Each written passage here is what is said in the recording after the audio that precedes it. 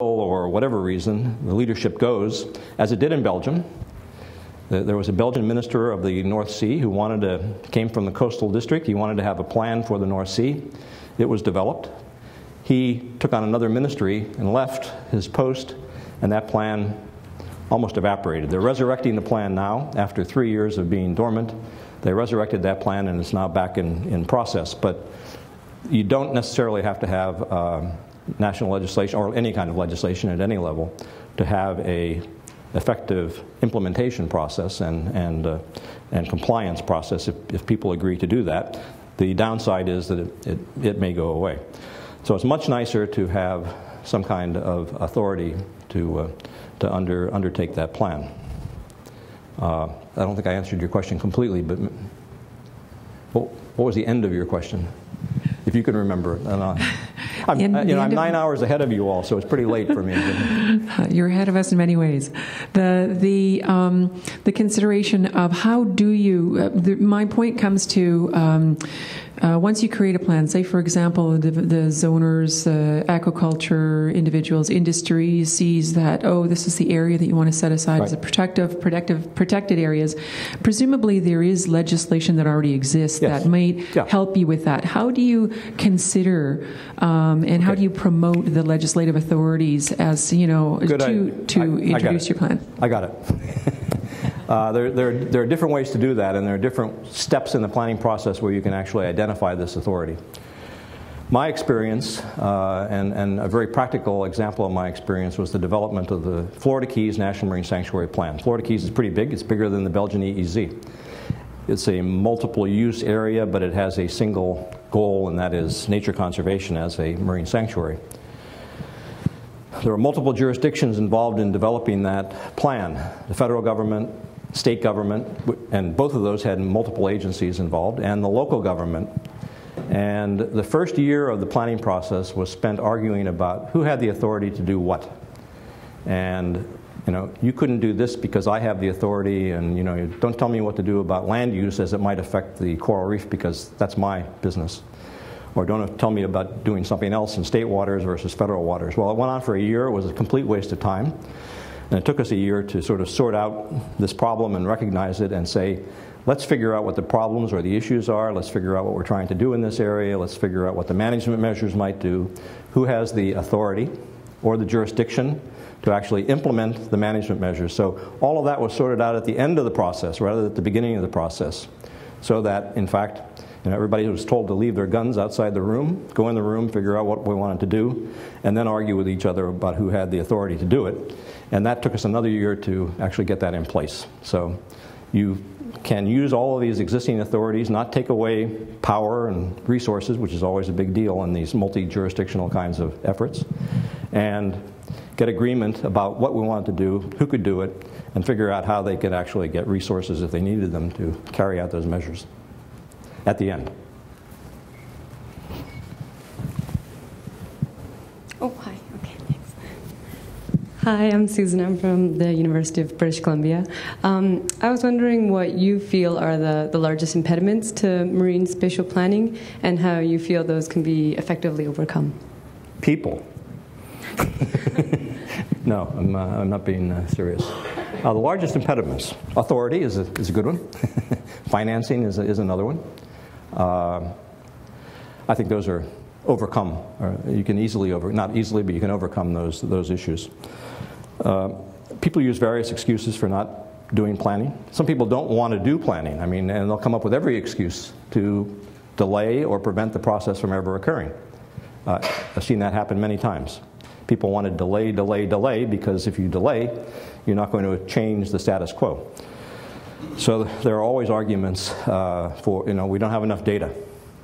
We don't have enough capacity. We don't have this, we don't have that. So I don't know if I could sort those out. They're sort of dependent on where you are and what the context is. But there are lots of them out there. And as planners and managers, we have to figure out how to sort of get around some of those.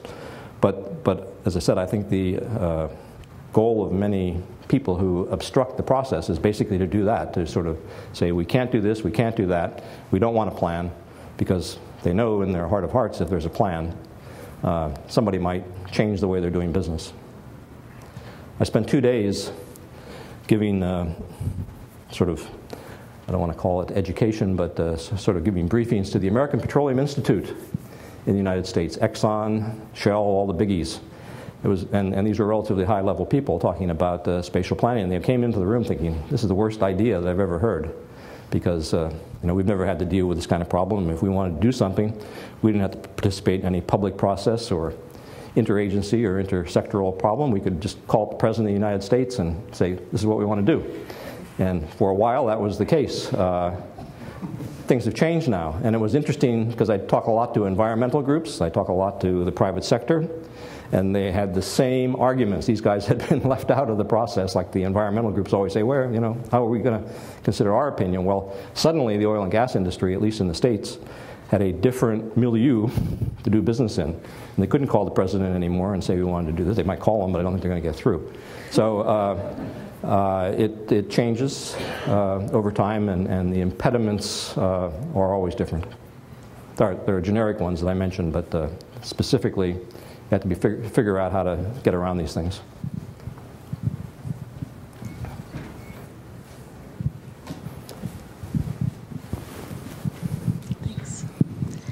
Hi, my name is Catherine Barris. I'm a planning consultant. Been doing this kind of thing for a long time. And I just want to make a couple of comments and then ask a question. One is, Canada looks pretty bad in your presentation here in terms of what we've accomplished. And I think that... I didn't say that. Well, it didn't show up very high, and all it had was Loma to speak for it. And in BC, I'd say for over 30 years, since the late 70s when there was our first coastal zone management big conference, there are a lot of people who've been working on exactly the kind of processes and principles and such that you're talking about. And I think that at a very small scale, usually a community scale, so we've called them foreshore management plans, and then they were coastal management plans, and then we have a lot of estuary management plans. A number of those have been successful. You just hit it again in response to the last question. I think our main challenges have been a lack of authority to implement the plans and a lack of cash funding to support them. But in a lot of ours, we've really tried hard to work at the coastal level in terms of a land-water interface. And in a lot of your examples, they seem to be pretty much strictly marine. Yes. So my question is, how much interface have you had with the land planning organizations, who are generally a different set of people, even though there is some overlap?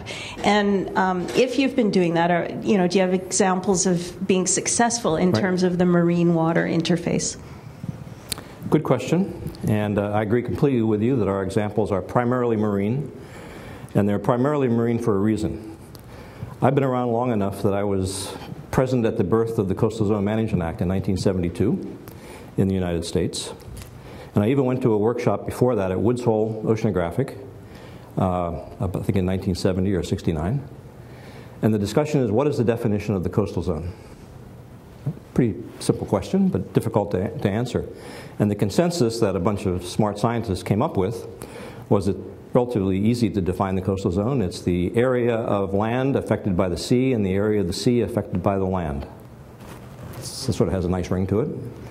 And again, I think fairly simple, and it would be nice if we had actually done that, and I wouldn't be standing up here talking about marine spatial planning. But at least in the United States, which I think was the culprit in this, the federal government said, we're not going to do planning at the national level. Again, they would line us up and shoot us at somewhere if we tried to do that. We're going to delegate that down to states. And states had jurisdiction out to 3 miles only. And they had jurisdiction in a variety of definitions on the land side. But they said, we're going to be safe, we're going to do land. And only a few brave states actually tackled the marine